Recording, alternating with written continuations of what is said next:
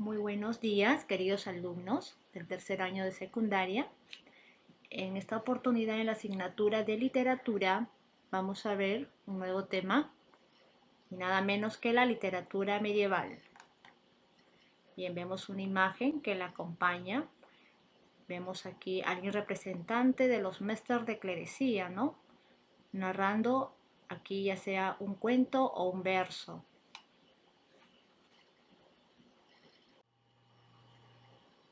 Interesante la imagen para analizarla detalladamente.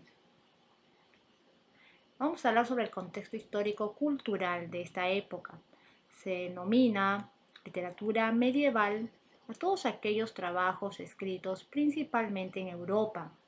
Ahí es donde nace esta Edad Media, durante aproximadamente 1000 años transcurridos desde la caída del Imperio Romano de Occidente hasta los inicios del Renacimiento a finales del siglo XVI.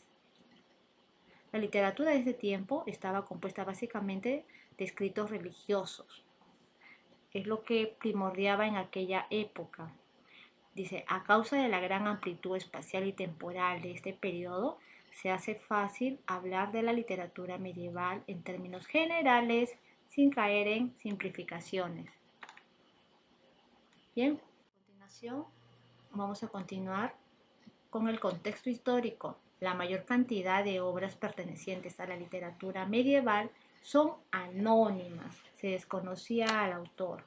Esto no es debido únicamente a la falta de documentos de este periodo, sino también a aquel papel que jugaban los autores en aquella época.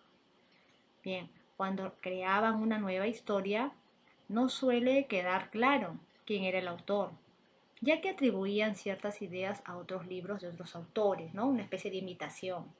Esto hace que el nombre de los autores individuales sea poco o nada importante y por ello los grandes trabajos de la época nunca son atribuidos a una persona en concreto. Muy bien, cabe resaltar que la literatura medieval comprende dos etapas, ¿no? Bastante resaltantes. Uno es la literatura religiosa y el otro es la literatura profana. En el caso de la literatura religiosa, características. Hay numerosos himnos de esta época. Han sobrevivido al paso del tiempo, tanto litúrgicos como paralitúrgicos. La liturgia en sí no estaba establecida en numerosos misales. Competían y alegaban concepciones individuales de la misa. Ciertos estudiosos religiosos como Anselmo de Canterbury, Santo Tomás de Aquino, Pierre Abelard, escribieron largos tratados sobre la teología y filosofía, tratando de reconciliar las enseñanzas de los autores griegos y paganos romanos con las doctrinas de la Iglesia Católica. Las hagiografías o las vidas de los santos también fueron escritas principalmente durante este periodo a modo de estímulo para el devoto y de advertencia para el resto. Vemos aquí una imagen. Este personaje es Pierre Abelard, ¿no? Escribiendo también sus obras y defendiendo a la iglesia. Bien, observamos aquí ahora a la literatura profana. Quienes representaban aquí eran los laicos.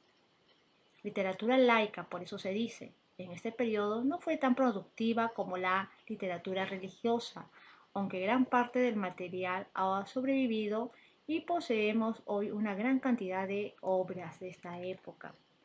El nacimiento de un nuevo tipo de literatura en la época medieval puede ejemplificarse en el cambio de sentido de la palabra romance. En francés significa roman, se pronuncia roman.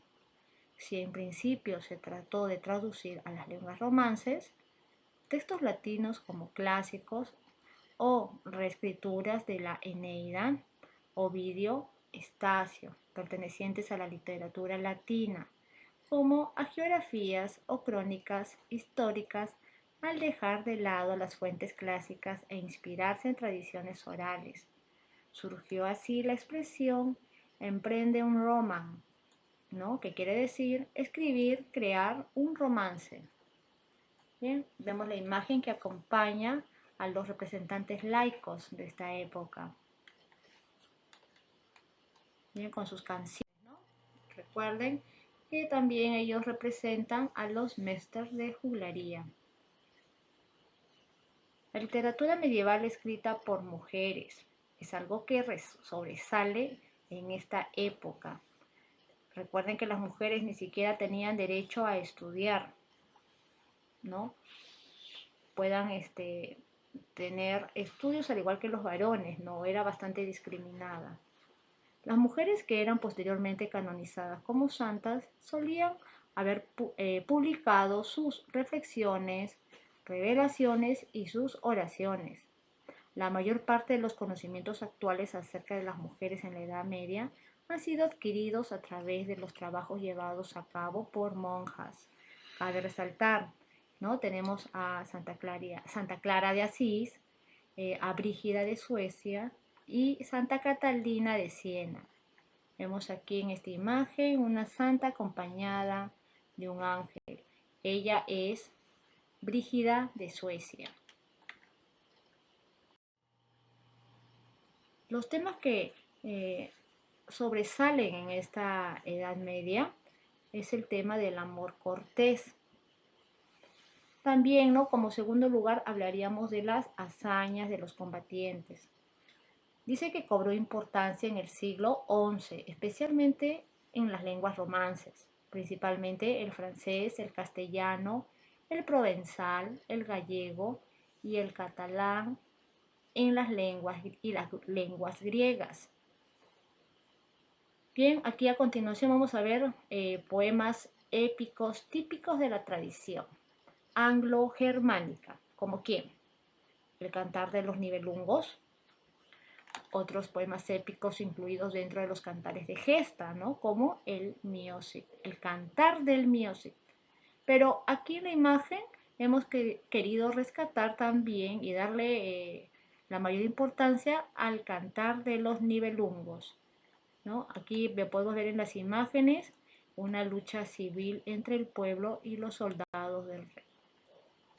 Bien. Características. La literatura medieval tiene una serie de rasgos que la definen y distinguen. Vamos a ver a continuación esas características. Tiene carácter anónimo, ¿no? Recordando un poco, las obras no tenían autores, ¿no? En algunos de los casos. El autor no firma su obra porque sabe que ésta pertenece a una colectividad. Otra de las características, didactismo. Sus obras, en su mayoría, tenían una función didáctica, transmitían valores cristianos y ofrecían modelos de comportamientos. Tercera característica, imitación. Los autores recogían una tradición popular o un texto latino y los recreaban, es decir, las obras no eran originales ni se consideraba importante que lo fueran. Cuarta característica, la obra en verso. En la Edad Media se consideraba que el verso era lo que hacía a la literatura, ¿no? Una obra. Bien. Pasamos a la obra oral. Era difundida oralmente por los juglares, ya que la gente no sabía leer. Esto explica que sean pocas las obras que se han conservado.